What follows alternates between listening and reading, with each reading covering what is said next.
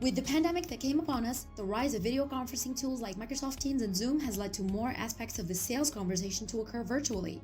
And what began as a crisis reaction has evolved into the new normal. But how normal is the new normal? We're talking about how the strong shift from in-person to virtual selling has transformed B2B sales experience. Virtual sales enablement, new organizations, KPIs, everything is evolving. In the Virtual Selling Podcast, we address these issues in depth twice a week with the experts and leaders of these transformations, heads of sales, sales ops, and sales enablement of the most innovative companies in the field. This podcast is sponsored by SalesDeck.io, the new SaaS platform to make your customer meetings more engaging and better prepared. Find out how you can shorten sales cycles, convert more leads, and increase customer engagement. Virtual selling is here to stay, and so is SalesDeck.io. Hi, everybody. I'm with Robin Treasure, who is the author of Heart-Powered Sales and also a sales trainer. You started your career in Italy as an Italian translator. You lived in Rome for 4 years. When you came back to San Francisco, you still worked into an Italian cultural center. And after that, you get interested into health and nutrition. And you became a health coaching practitioner. And it was your bootcamp training in sales. And after that, you also joined B2B sales and to be B2B sales rep for a nutritional supplements company. From your learning and what you learned into sales and B2B sales, you started now your own training company. So is it correct, Robin? It's a pleasure to have you. Yes, thank you. And that is all correct. Perfect summary. Yes. Perfect. And can you tell us about what type of people you train and how do you train them within your company? Yeah, absolutely. So I've got a very specific niche. I work with sales reps in the functional medicine industry. Functional medicine is a certain type of healthcare that is really root cause medicine. And I work with sales reps who represent nutritional supplement companies, laboratories, any kind of area that supports the practice of root cause medicine. Great. And do you want to share with us a fun fact?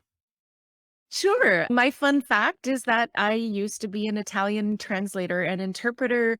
I worked with a lot of Italian filmmakers who would come from Italy to San Francisco and present their films to San Francisco audiences. And I had the joy and pleasure of being their interpreter on stage. It was a lot of fun. That's great. So we will talk about emotions into sales, and you have written your book, Earth-Powered Sales. So for you, why emotions are so important in sales? Emotions are incredibly important because they can make or break a sale. And it's as simple as that, because as human beings, we are driven by emotion. The emotions of fear are meant to keep us safe. You know, we all have is essentially a survivalist instinct that continues to drive our actions, even in our modern day lives. We also have very positive emotions like love and gratitude and hope and excitement. And the key is to have a great awareness of those emotions, the emotions that we're experiencing, as well as an awareness of what your buyer is experiencing, because those emotions function essentially as a lens that will cloud or skew or enlighten or enhance any interaction. So it's really important to have that awareness and learn how to leverage, rise above when it's needed, and leverage those emotions in a positive way so that you can create the positive outcome that you're looking for. That's great. And so how do you train people to manage their emotion? Is it still sales training, or do you share this comprehension of the emotion and this emotional intelligence? Yeah, so it's really important to, again, awareness, and I'll keep repeating the importance of awareness, right? And so when I'm coaching sales professionals one-on-one, part of it is to really understand like what's going on for you. For example, when it comes to cold calling, no one loves cold calling.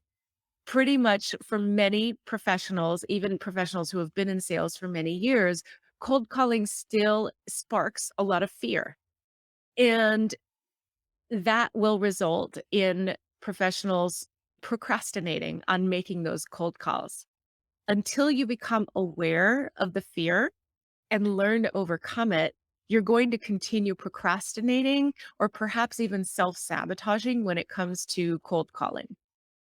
And even connecting with your buyers once you've made that connection and you're in a sales meeting, the quote unquote asking for the close, asking for the sale, closing the sale, even that can spark a lot of fear and hesitation until you become aware of it. And so when I work with my coaching clients, a lot of our work is around understanding that, understanding how to transcend that, understanding and transforming it into something that is a much more positive emotion, like the desire to serve and to help.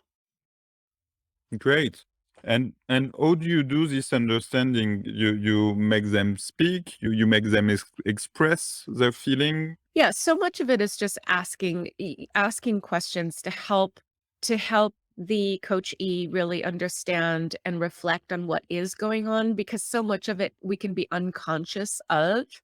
And by asking, well, what is the worst that could happen, or what does feel scary about this, and getting more specific and granular actually helps to dismantle that weighty emotion so that it becomes less overwhelming. And so in the process of talking through that, we can get to a place of them feeling more empowered and realizing, oh, I guess it really is not as daunting as I thought. I guess that, the fear that I was unconsciously feeling about, what happens if they reject me, what happens if they hang up on me. Um, when you can walk through that and really understand what is the worst that can happen, the fear has a lot um, less of a grip on you. So you are more ready to pick up your phone and go for it, and Yes, being rejected and go for it again. And uh, absolutely. That's exactly right. By contrast, another example is, before walking into a scheduled meeting with a new prospect or with an existing client, and you as a seller may have your head spinning about, like, I've got to reach my quota. We're close to the end of the month. What'll happen if they don't buy? I've got to get them to buy. And that is all very cerebral, but very emotionally driven. And in order to shift out of that space, you've got to come back to center. And by connecting to your heart, you can come back to center. What that means is, I really advocate this practice of simply before a meeting, close your eyes, breathe, focus on the area in your heart, think of something or someone that you love for which you feel gratitude, and just trust that things are going to unfold the way they are meant to. Be present so that you can listen to your prospects and customers, ask them the right questions, listen to the answers. And in doing so, you're staying in that heart connected place rather than being cerebral and future tripping and, being driven by your fears, which makes you much less able to be present, listen, and be of service. yeah, sure. So this is for the seller part, but what's occur into the buyer mind, and all the emotions are important for the buyers too. Exactly. Well, it's very important because in order to really form a connection, in order to sell, you have to form an authentic connection with your buyer. In order to form an authentic connection with your buyer, you have to understand what's going on for them emotionally. That doesn't mean you're their therapist, and it doesn't mean you want to become their best friend. What it means is you have to understand what are the emotions that are driving the needs, desires, aspirations, um, problems that are going on in the buyer's life.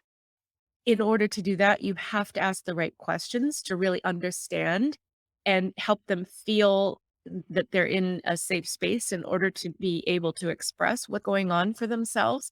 Again, I'm not saying that this is therapy, far from it, but every decision is going to be connected to an emotion, such as if your buyer is, overwhelmed and time crunched and you have a solution that can help save them time. You have to understand that their being overwhelmed and time crunched brings about emotions of frustration, overwhelm, fear, etc. And so being able to understand what's going on for your buyer and then speak to that, reflect back to them. I understand how overwhelmed and time crunched and overwhelmed you feel. Here's how this solution can help you in that way. As a result, you will feel XYZ. You will be able to achieve XYZ.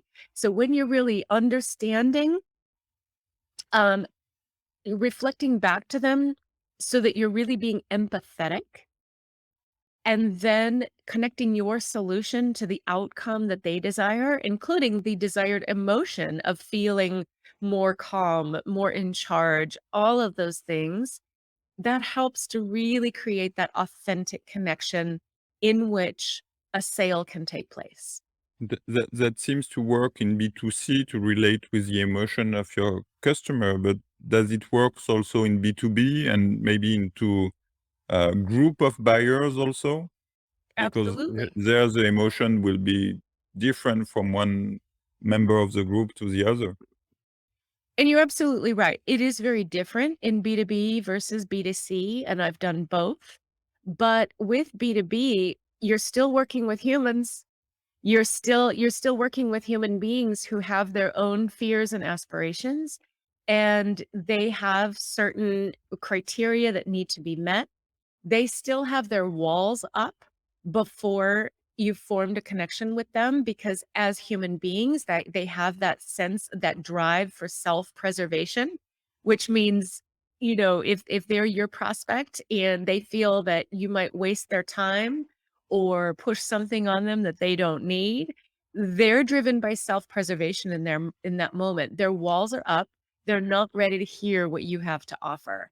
You have to establish that connection, that feeling of trust, that they can trust that you have their best interest in mind, and that they can trust that you actually understand whatever predicament they may be in and that you can offer a solution.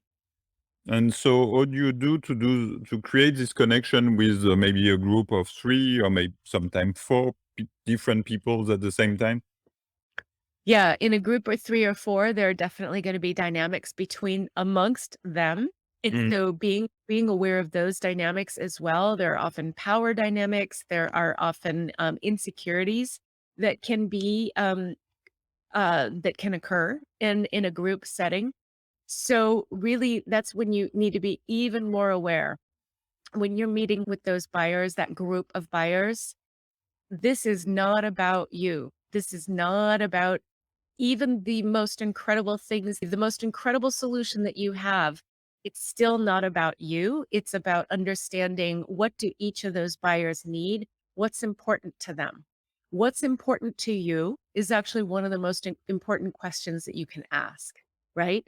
It needs to be asked in a very authentic way at the right time in the sales conversation, but understanding what's important to you, and that's going to be different for each person in the room.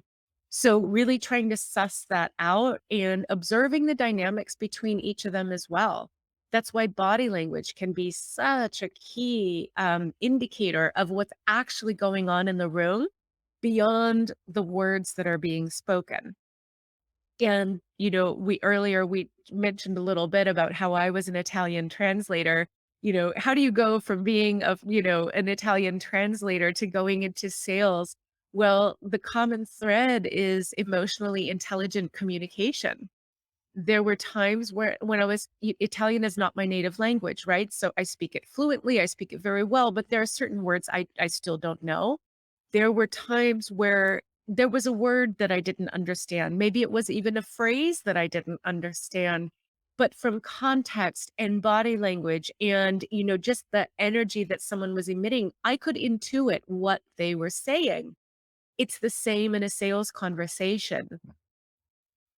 Hear the words behind the words. You may understand every single word that they're saying, pardon me, but it may not always be the truth of what's really going on.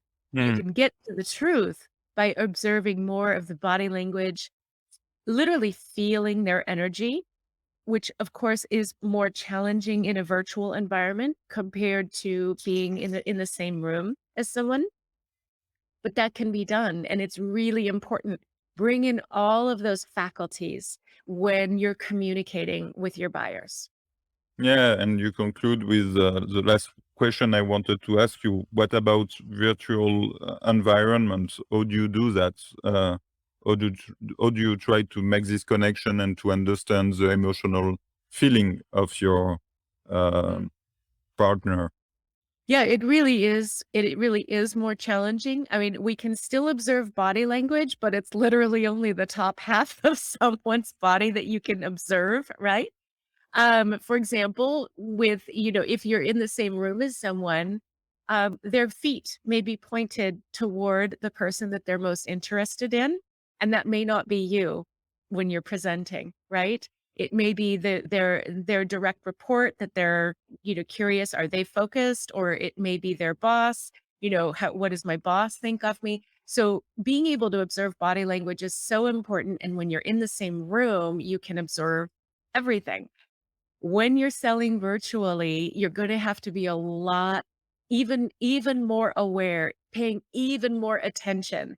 Make sure that people look like they're leaning in and that they're physically leaning in, right? Or are they leaning back and their arms are crossed? This gives a sign that they're not engaged. Maybe they're a little mistrustful of what you have to say. So you really want to observe their body language, and be sure to keep them engaged. It's even more important in a virtual setting to keep asking questions to keep them engaged.